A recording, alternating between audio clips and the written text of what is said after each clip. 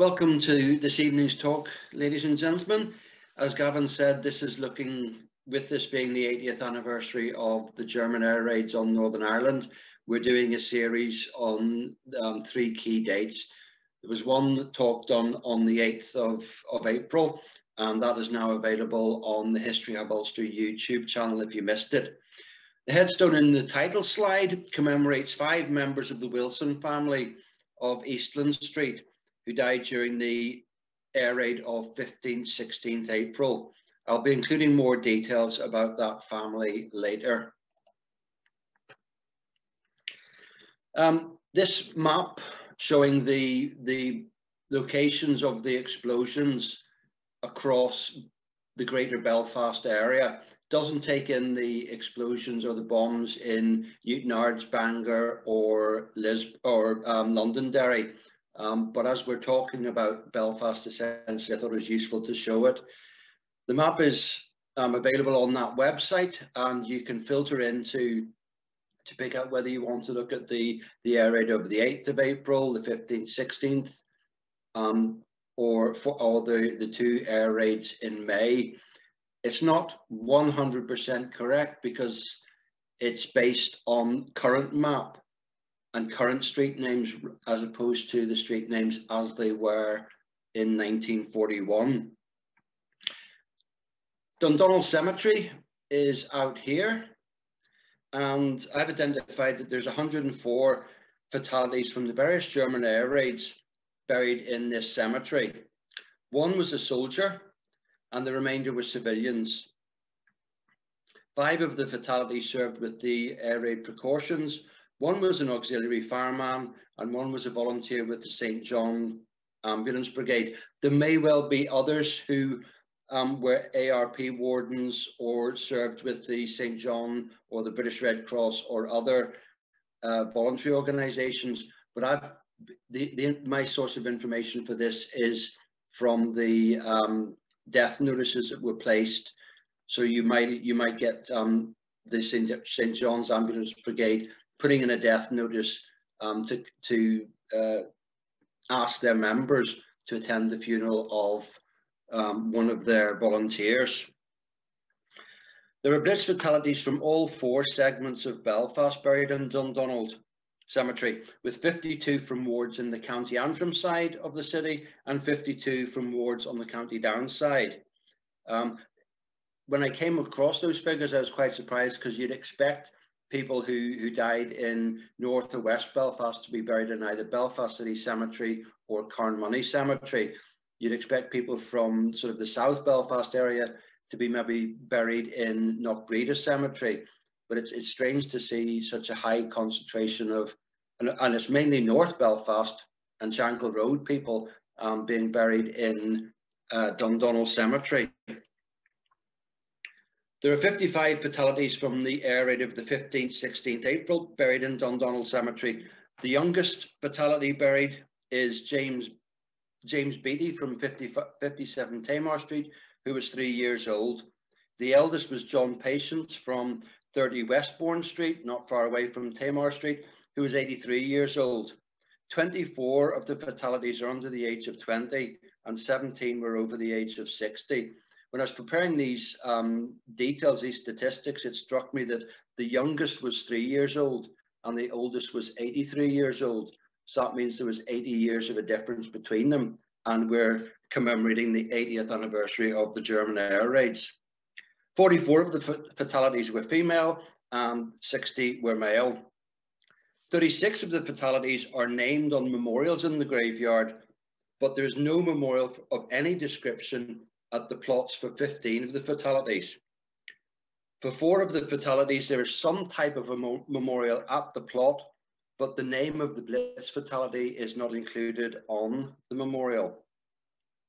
There is also 1 fatality commemorated on a family memorial who is not recorded as being buried in the grave.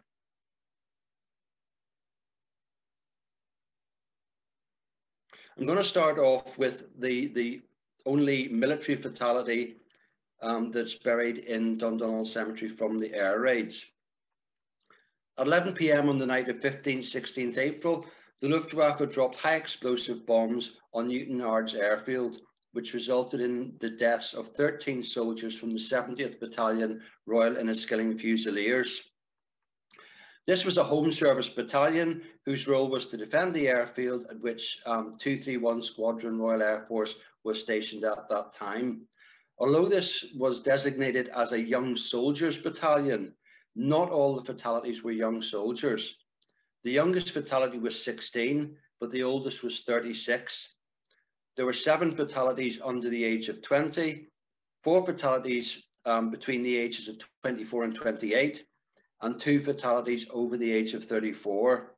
In various places, various websites and various posts that have cropped up on Facebook and tweets, you'll see people saying that 13 young soldiers died at Newtownards airfield. That is not true.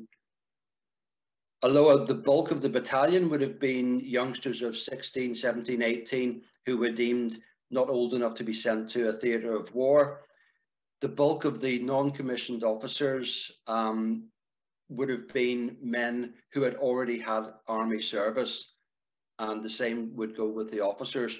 So it was a young soldiers battalion, but it wasn't all young soldiers in the battalion, and certainly the statistics of the fatalities bear that out. 10 of the fatalities are buried in Northern Ireland of the 13 that died in Newtownards airfield.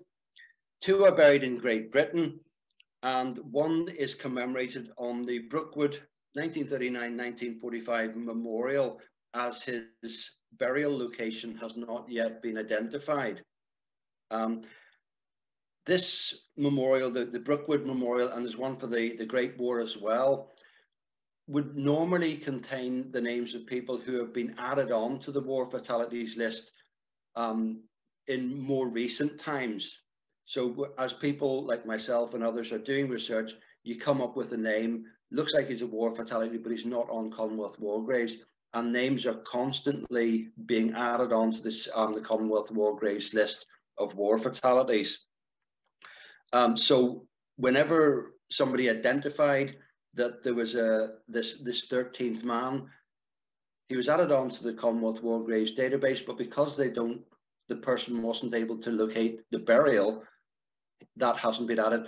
We don't even, because there's very little information on his Commonwealth War Graves record, we don't know where he was from, we don't know who his parents were, we don't know what age he was. Although you can get, I've got the age from the Groney death records, but it would be too much of a long shot to start looking at people from, say, Northern Ireland or from Ireland, because he could basically have come from any part of the United Kingdom.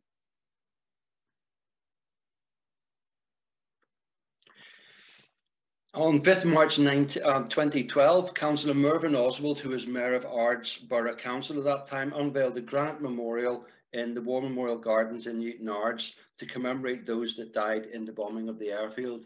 There's no names recorded on the memorial, which in some respects is a good thing, as it means that if any other fatalities are identified, it still commemorates them. But one of the men who died in that air raid in Newtownards airfield was George Graham, and you can see the headstone that's at his grave in Dundonald Cemetery. Although he's a military fatality, he does not have a Commonwealth War Graves headstone, because by the time the authorities were getting round to erecting headstones, he had already been added to the existing family memorial. So you can see there, it's commemorating also my dear son, Fusilier George Graham, died result of enemy action, and then it gives the date 16th April 1941. So Commonwealth War Graves, or Imperial War Graves as it was then, came to the conclusion that he's already adequately commemorated, and therefore there was no necessity to erect a Commonwealth War Graves headstone. George Graham was born on 25th August 1916 at Laganvale Street in the Stranmillis area to William Graham and Mary Ann Halliday, and they had married in November 1903. Following the death of William Graham, his mother, George Graham's mother, married Robert Dickey on 11th July 1931. Mary Ann Dickey died at Silver Grove Street on 6th January 1960 at the age of 77, and she's buried in the plot with her son. This is a close-up focused in on the area of East Belfast where bombs landed during the second air raid. The yellow circle down here indicates a 250 kilogram bomb, and the red circles indicate 70 kilogram bombs. So you can see that there was one sort of in Ballymacarrick, one in the sort of Short Strand area, and then there was a cluster in this area here with Tamar Street and so forth. But there were very few fatalities from those. 26 people who resided in wards east of the River Lagan died on the night of 15-16 April.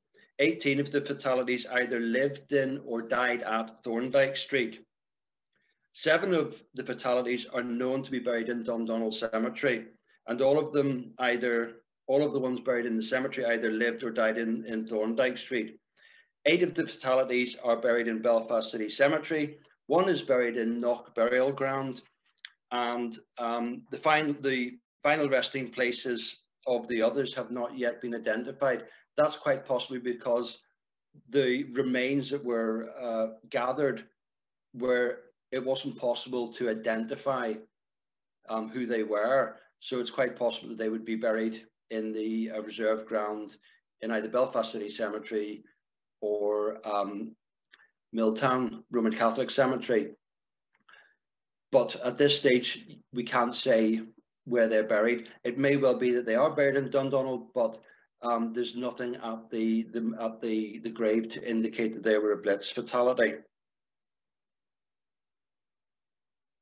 Should also have said that one of the fatalities is buried in Portaferry or near Portaferry.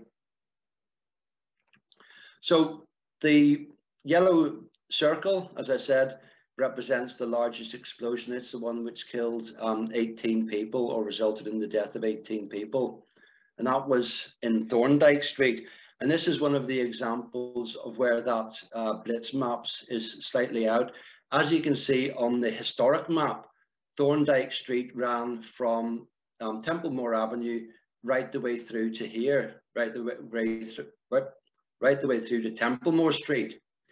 But if you look at that Blitz maps, the yellow circle for the explosion is tagged as being Constant Street, which is actually here. But what's happened in the interim, there's been redevelopment of this area in the 1980s, and what used to be part of Thorndyke Street is now called Constant Street. So the person that's prepared that Blitz map is using the modern street references rather than the street references as they existed back in the 1940s. So 250 kilogram high explosive bomb detonated approximately 45 yards from the Thorndyke Street air raid shelter. The blast destabilized the walls of the shelter, and the reinforced concrete roof fell onto the people who were taking refuge in the shelter. In the 1939 Belfast Street Directory, there are 36 houses on Thorndyke Street between Templemore Avenue and Lord Street, the area that I've marked in red. But only 10 houses are listed for the same stretch in the 1943 directory. According to the official civilian war dead list, 13 residents of Thorndyke Street died on the night of 15-16 April, with another resident dying of injuries at the Royal Victoria Hospital on 17th April. A further 4 people from the surrounding area died at Thorndyke Street, which gives you a total of 18 people who either resided in the street or died in the street. Civilian war dead list records that 9 people died at the air raid shelter for that street, 2 of whom were not residents of Thorndyke Street. Two of the fatalities at Thorndyke Street, Joseph Bell and Faris Hill Welch, are commemorated on the Belfast Civil Defence Services Memorial in Belfast City Hall. Now things become a bit more confusing. There's a mural on Thorndyke Street. It's one of a series of murals, but this is the only one which relates to the German air raids. It lists, or it records, the names of 9 fatalities. And the commemorative plaque that was erected recently by Belfast City Council records 20 fatalities, 20 lives lost here. In other words, 20 lives lost at Thorndyke Street. But as we know from the official Commonwealth War Graves records, there was 18 fatalities from the street, but one of those people died in hospital, in the Royal Victoria Hospital. So really only 17 people died in the street itself. So how do these figures match up? Where are they coming from? And that's a mystery, to me at any rate, because I have not been able to clarify how a figure of 20 lives lost at Thorndyke Street has been achieved, no matter which way I work the statistics. Brian Barton records that 20 people died at Thorndyke Street and that 14 died at the air raid shelter, whereas Commonwealth War Graves records 9 people as dying at the air raid shelter. In a few minutes, I'll provide a partial or possible explanation for that discrepancy.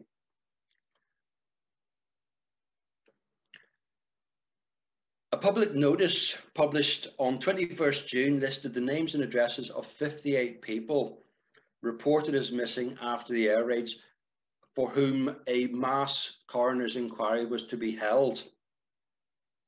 This was the third of 5 such mass coroner's inquiries held in Belfast. The names and addresses of 222 people were published in public notices like this in a few days in advance of each of the inquiries. This was so that people would have the opportunity to give evidence to verify or otherwise that the people named were actually fatalities. As it happens, of the 58 that are on this list, only 52 were classified or were verified as being fatalities by the city coroner, Herbert Perry Lowe, when he held the inquiry on Thursday, 26th June. Bridget Rocks and Elizabeth Rocks of Gracehill Street, who are on this list of fatalities, appeared at the inquiry to inform the coroner that they weren't actually dead. And there was sufficient evidence provided that Salvo Murray and Charles O'Neill of Gracehill Street, Jack Mulvena of Havana Street, and Florrie Sheridan of Glen Park Street had also survived the German air raids. So again, we've got something which looks official, listing fatalities.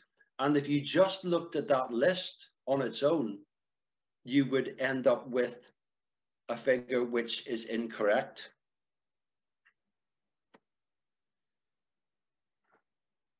The civilian war dead list records that 6 members of the Wherry family from 16 Thorndyke Street died, but the list does not record the air raid shelter as the place of death. So it's on the Commonwealth War Graves website, it'll just say that for each of those members of the Wherry family that they died at Thorndyke Street and they lived at number 16. In giving evidence at the coroner's inquiry, Robert Wherry Jr. reported that he had been in the shelter with his parents, Robert and Margaret, and 2 sisters, Martha and Elizabeth. He does not refer to his brother John or another sister, Mary. After 3 hours in the shelter and against the advice of his parents, Robert Wherry Jr. decided to go home to bed as he was tired of standing in the shelter. He added in his evidence, he added that shortly after he left, or some time after he left the shelter, it suffered a direct hit. Now that's at odds with the other evidence, which states that the bomb landed approximately 45 feet from the shelter. So on the one hand, you're getting an account, an eyewitness account saying it took a direct hit. On the other hand, you've got evidence that the explosion took place nearby. But if you take the 9 people who are recorded as dying at the air raid shelter and add on the 4 members of the Wherry family who are recorded as dying, then you get 13, which is not far off the 14 fatalities for the air raid shelter that Brian Barton specifies. However, it's equally possible that the other members of the Wherry family decided, like Robert, to go home, and they happened to leave the shelter just as the explosion took place. So they were killed in the street. Very difficult to say, but it just goes to show how there can be conflicting sources of information that just end up confusing matters. Where did the people die? Did they die in the street or in the air raid shelter? Some people say, well, does it matter? And I would be of that opinion. To me, what's more important is where the people came from rather than where they died. The only exception I would have to that sort of general rule would be the people who were injured and died at a hospital, because then it's interesting to see whether they were taken to the nearest hospital, which in this case would be Templemore Avenue, or whether they were taken to other hospitals like the Royal Victoria Hospital, City Hospital, or the Mater Hospital.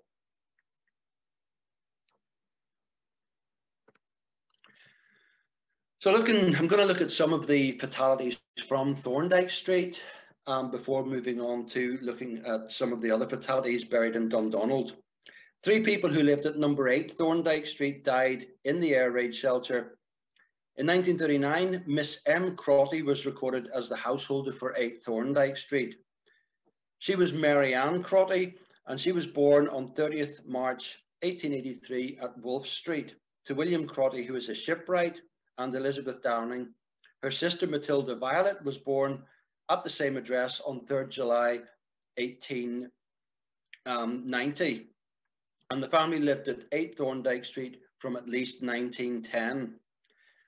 Matilda, Mary's younger sister, married Thomas William Blakely, a joiner from Laburnham Street. And they got married on 25th December at the Newtonards Road Methodist Church.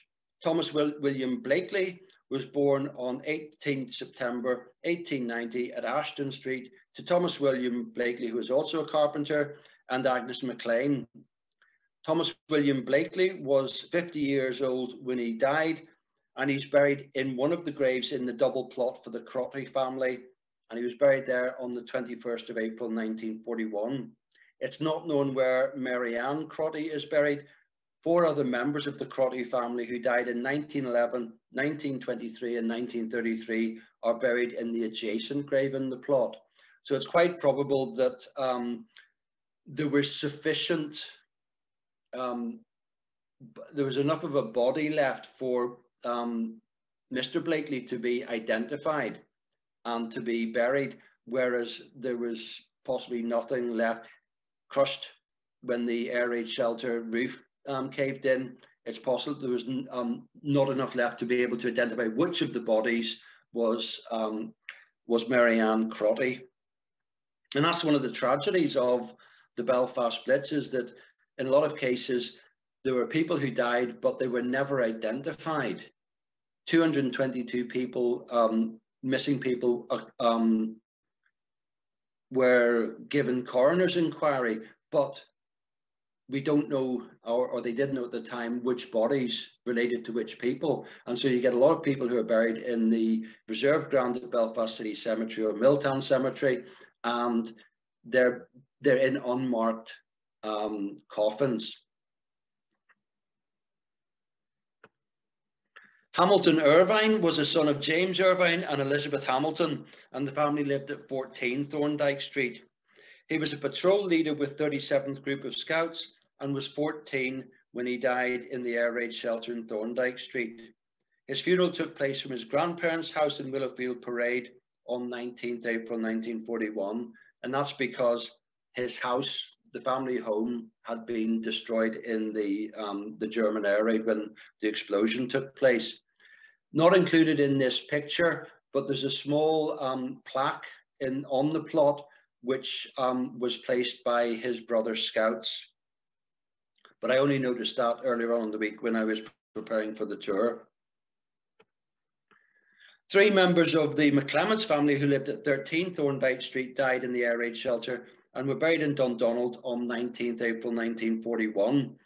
This headstone, whenever I first photographed it several years ago, was illegible. You couldn't make out any of the details.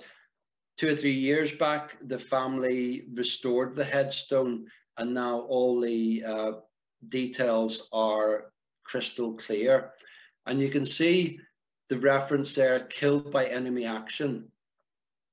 That's a common feature on headstones erected for victims of the German air raids. I presume it's the same over in Great Britain, in the cities that were bombed over there, like Coventry and Liverpool and London and Glasgow. But it's not always the case that Blitz fatalities have that, killed by enemy action, but it's certainly an indicator.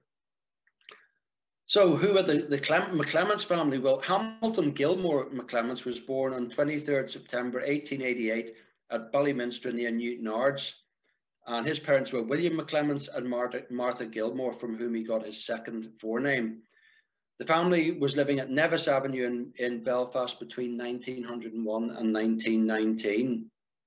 Agnes Jane Rogers was born on 27 September 1891 at George's Street in Newtonards to James Rogers and Agnes Iveston.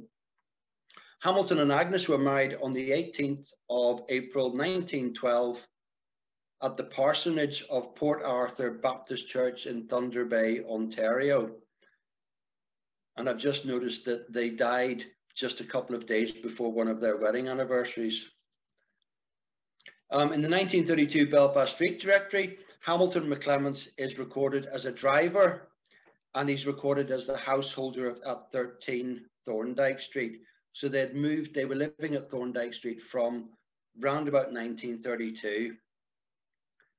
Hamilton McClements Sr. was 52 when he died, Agnes Jane was 49, and Hamilton McClements Jr. was recorded as being 16 years of age.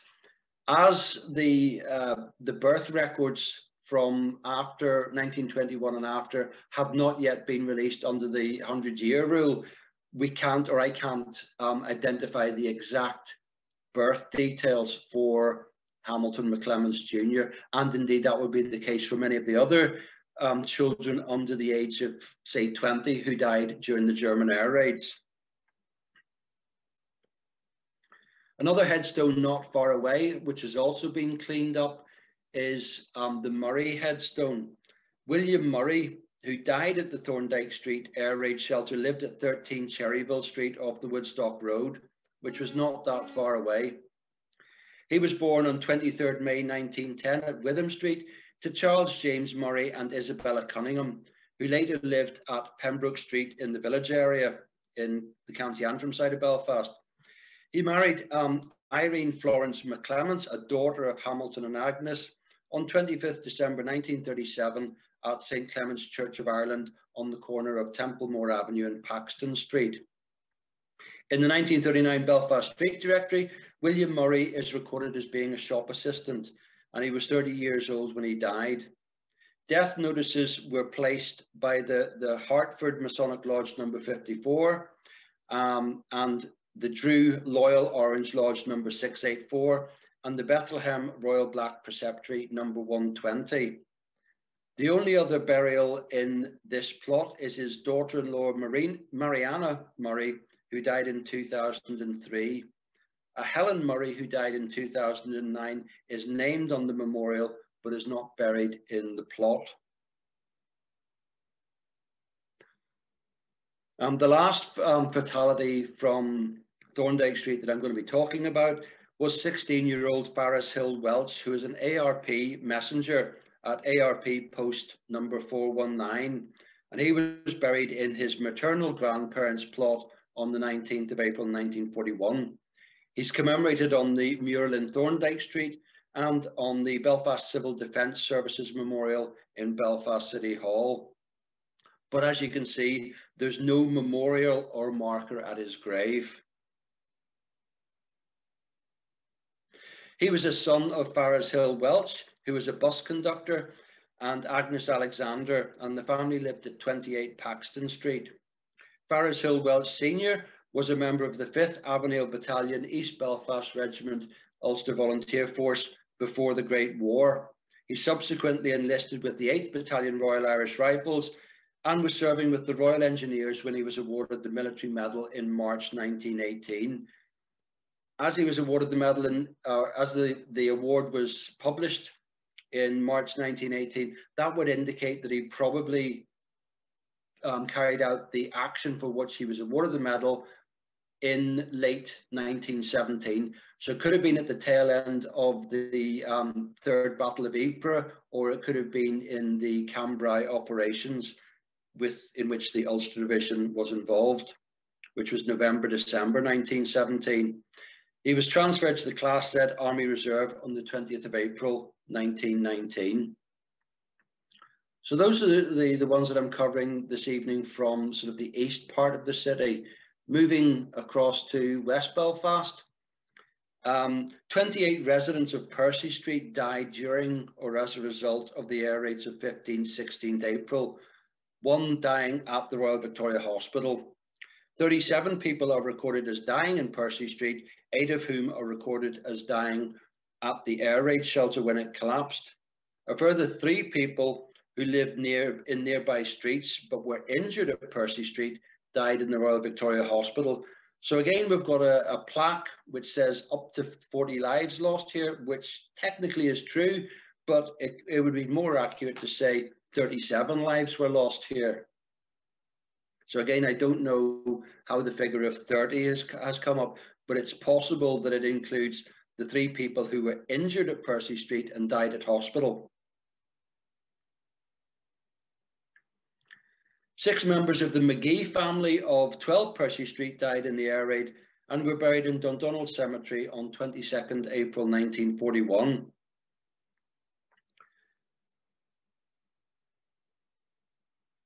Thomas James McGee was born on 12th June 1883 at Longstone in Lisburn to Daniel McGee and Annie McCluskey.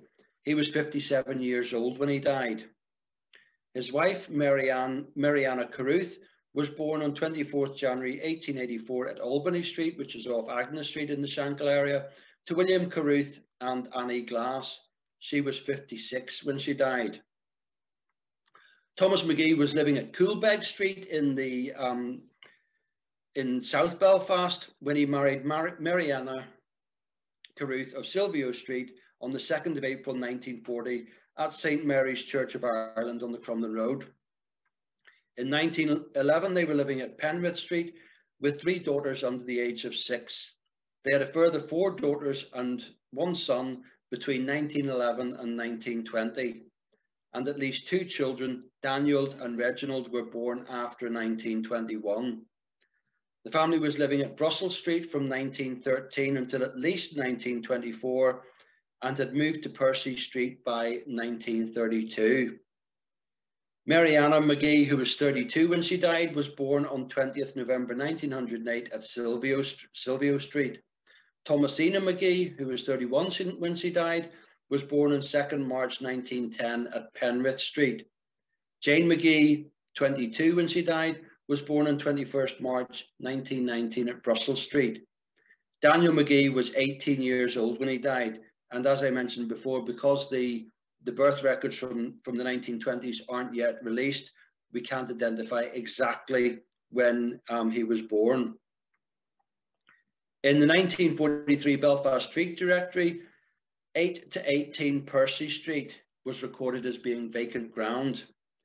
If you're doing analysis of streets relating to the Blitz, you can look at the 1939 Belfast Street Directory and the 1943 Directory, which are online on the Lennon Wiley website. If you see a house which is marked as vacant, it's quite probable that the house has been damaged to a degree that it's no longer habitable. But where you see vacant ground covering a range of house numbers, that indicates that a block of houses have been demolished, either demolished by the Blitz or demolished after the Blitz as part of the cleanup operations.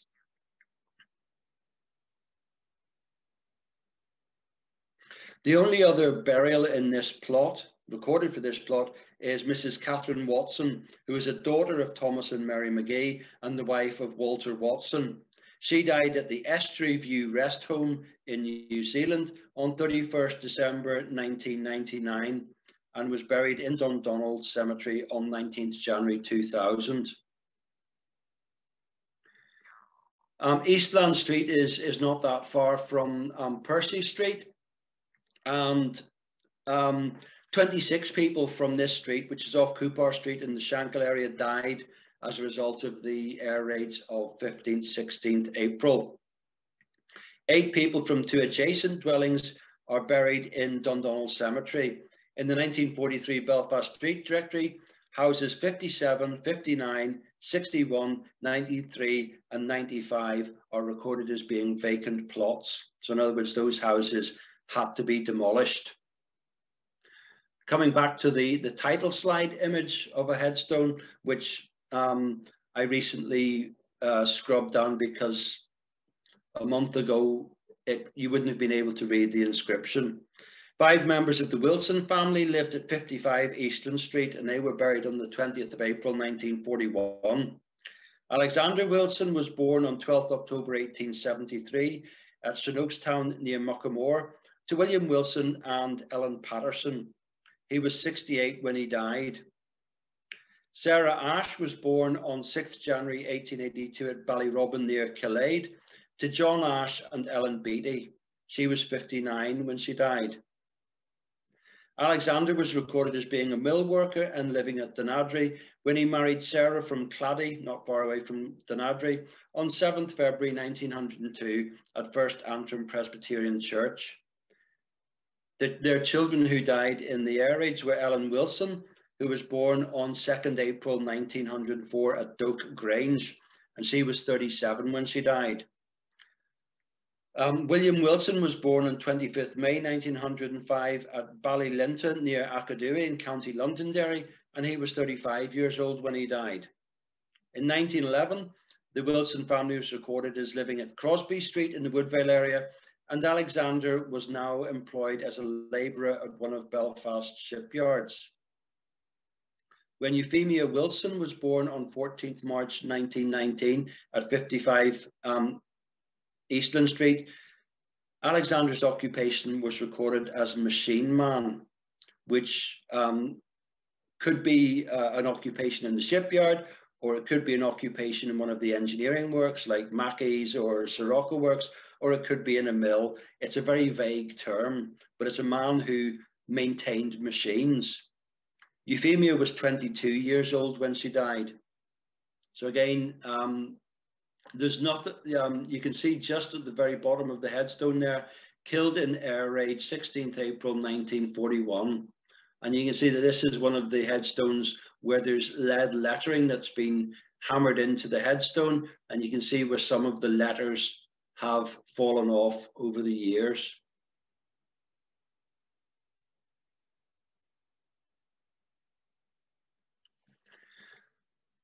Three members of the Totten family from the house next door to the Wilsons. They lived at 53 Eastland Street and were buried on 21st April 1941. Thomas Totten was born on 6th May 1875 at Mary's Place in the Grosvenor Road area to Isaac Totten and Emily Stafford. Agnes Stewart, who is to be his wife, was born on 17th August 1876 at Meenan Street off Agnes Street to Robert Stewart and Agnes Ross. Thomas married Agnes on 6th April 1895 at St. Anne's Parish Church, as it then was, now St. Anne's Cathedral, and they and their 6 children were living at 53 Eastland Street in 1911. Thomas was recorded as being a driller in an ironworks. Geoffrey Totten was born on 4th October 1916 at Eastland Street. His body was identified at the temporary morgue at St. George's Market on 18th April 1941 and claimed for family burial. After the 16th April 1941 air raids and the 2 air raids in May 1941, bodies were taken to, which hadn't been identified, were taken to St. George's Market and laid out so that people could come view the bodies or the body parts to see if they could identify either people they knew or relatives. Some of those bodies were subsequently claimed for private burial. The family took the bodies away to have them interred in family plots. But for some of them, the bodies were identified, but the person doing the identification was maybe a neighbor or a friend, but not a relative. And so their bodies were not taken away for private burial. So you do have some instances where there were people who were killed. They were identified at St. George's Market. Their coffins were marked with their names, but they're still buried in the reserved ground at either Milltown or Belfast City Cemetery. And with the advances, if a family member today was able to verify that one of the people buried in one of these marked coffins, there would be the possibility that the coffin could be disinterred and reburied elsewhere. Thomas Totten was 66 years old, Agnes was 64, and Jeffrey was 24. You can just about, it's the inscription is now very very faint, but you can just see that you've got died 16th April 1941, but it doesn't mention that they died due to enemy action. So if you were just walking around the cemetery like people like me would do, looking for headstones related to Blitz fatalities, you would pass this one by. Although it's got 16th April, it doesn't specifically refer to the air raids. So you'd have to make a choice as to whether you're going to look into it further or just ignore it. This headstone was very heavily overgrown and had a lot of ivy on it until Peter McCabe, on my instruction, of course, decided to clean it up. And you can still see on the stonework the traces of where the ivy was. I gave it a scrub down a few weeks ago just to try and bring out the lettering a bit. It's got some wonderful Celtic, interlocking Celtic themes going on around the side of the headstone, the arch of the headstone. This is another one which Peter recently cut back the overgrowth on it, and I gave it a bit of a scrub down. But again, you can see killed in enemy action, and it's got 17th April 1941, but the official records hold that they died on the 16th April. And this is a plot where there are 2 siblings buried. 3 members of the Patterson family who lived at 15 Ohio Street died in the air raids. 2 are buried here in the plot belonging to their maternal grandparents. For the other person who died, there's no known grave. 22 people from Ohio Street died during or as a result of the 16th April air raid. Emma Jane Law was born on 1st October 1904 at Lisnaskea in County Fermanagh to Hiram Law, who was a gateman for the Great Northern Railway, and Emma Jane Thompson. Emma married William Patterson on 2nd March 1927 at Belfast Registrar's Office.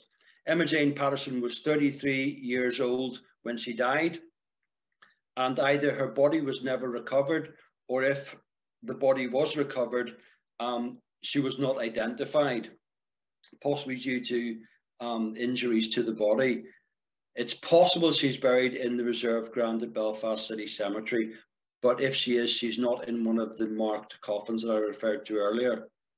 The bodies of William Robert Patterson, who was 13, and Emma Jane Patterson, who was 12, were identified at St. George's Market on 19th April 1941, and they were buried here on 21st April 1941. It's unclear why the headstone records 17th April as their date of death. Hiram Law died at 89 Farringdon Gardens on 12th May 1959, aged 81. One of his sons, Robert William Law, died at 89 Farringdon Gardens on 14th October 1963, aged 56. And Emma Jane Law, having survived the deaths of her husband, 2 of her children, and 2 of her grandchildren, died at 88 Chief Street on 5th October 1964 at the age of 84.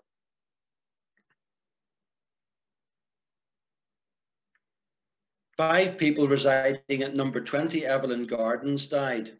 One of the bodies was identified at the scene, and the other 4 bodies were identified at St. George's Market on 18th April. The 5 fatalities were buried in this plot on the 19th of April 1941. They were the only fatalities from Evelyn Gardens, which ran between Salisbury Avenue and Cave Hill Road in Clifton Ward. So a bit more of a middle class area. William Henry Denby was born on 6th September 1864 at Eden's Place in Londonderry to William Denby and Lily McLarnon.